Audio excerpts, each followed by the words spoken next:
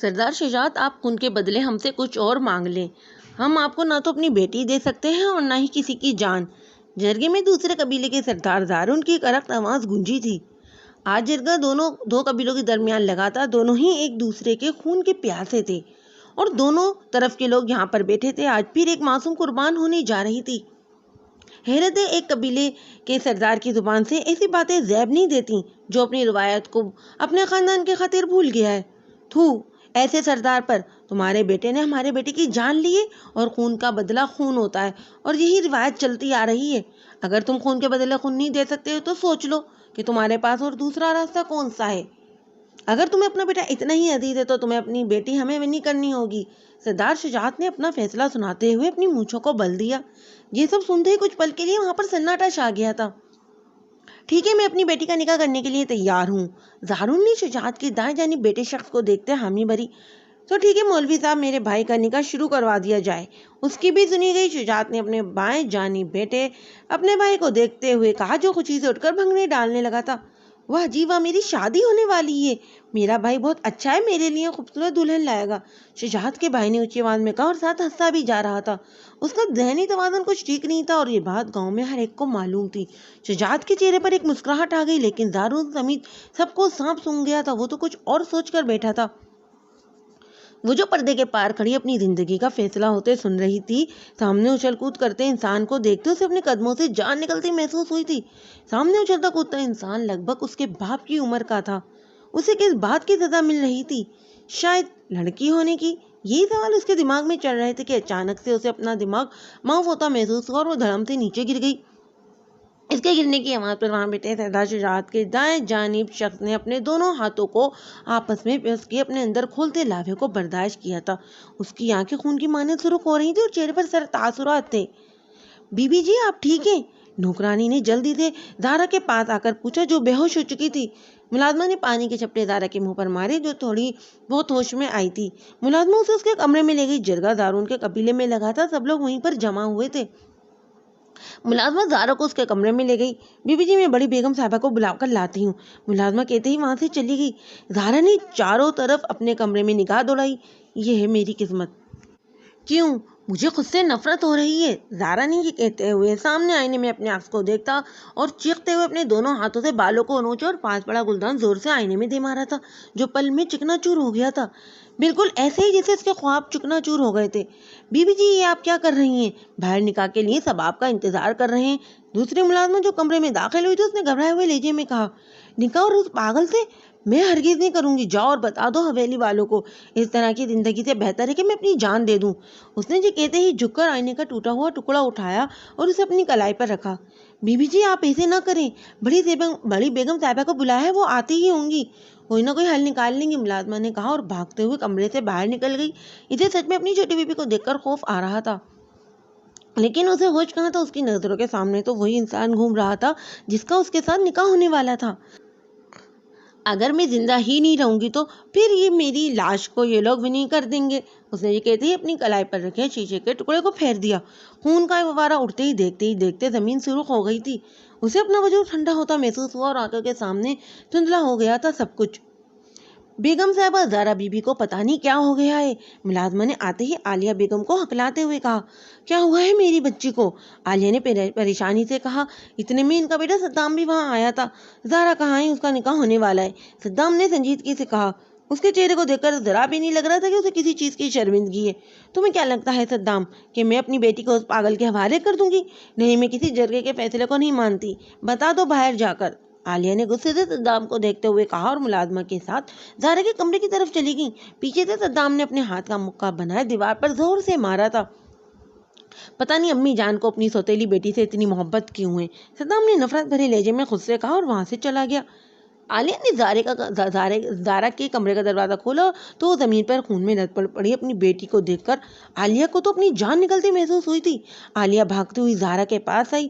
جاؤ بڑے صاحب کو بلا کر لاؤ، اسے اسپتال لے کر جانا ہے، عالیہ نے زارا کا سر اپنی گود میں رکھتے ہوئے کہا۔ ملازمہ جس کا چہرہ آواز بھاگتا تھا بھاگتے ہوئے باہر گئی اور جنگلے میں بیٹھے سب لوگ جو زارا کے آنے کا انتظار کر رہے تھے ملازمہ کو دیکھ کر حیران ہوئے۔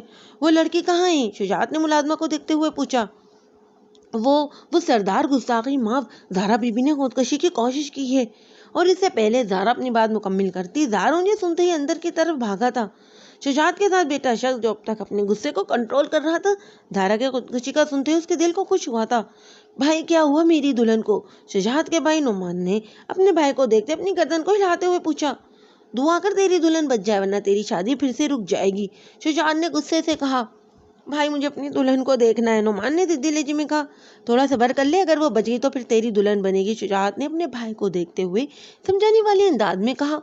میرے خیال میں اب ہمیں تماشے کو ختم کر کے حویلی چلنا چاہیے، آج جتنا تماشا ہونا تھا وہ کافی تھا، روحان نے کھڑے ہوتے اپنے باپ کو دیکھتے بھاری لہجے میں کہا اور مڑ کر وہاں بیٹھے لوگوں کو دیکھا۔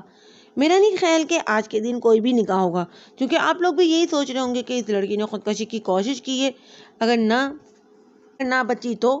آپ لوگ بالکل ٹھیک کہہ رہے ہیں، اگر اس لڑکی کی قسمت میں ذلیل اور خوار ہونا لکھا ہوا تو وہ ٹھیک ہو جائے گی، اور جب وہ ٹھیک ہوگی تو پھر جھگڑا لگے گا، لیکن ابھی مہربانی فرما کر آپ سب لوگ اپنے گھروں کو جائیں، زوہان نے سب لوگوں کو دیکھتے ہوئے سنجیدگی سے کہا۔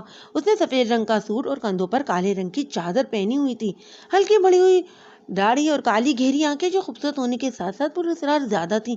ہر کوئی زوہان روحان سے بات کرتے وقت ہزار بار سوچا کرتا تھا۔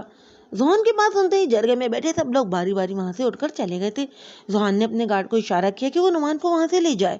گارڈ نعمان کے پاس آئے جو جلدی سے اپنی جگہ سے کھڑا ہو گیا تھا۔ میں اپنی دلہن کو لیے بغیر کہیں نہیں جاؤں گا، نعمان نے کہا تو شجاعت ہنس پڑا۔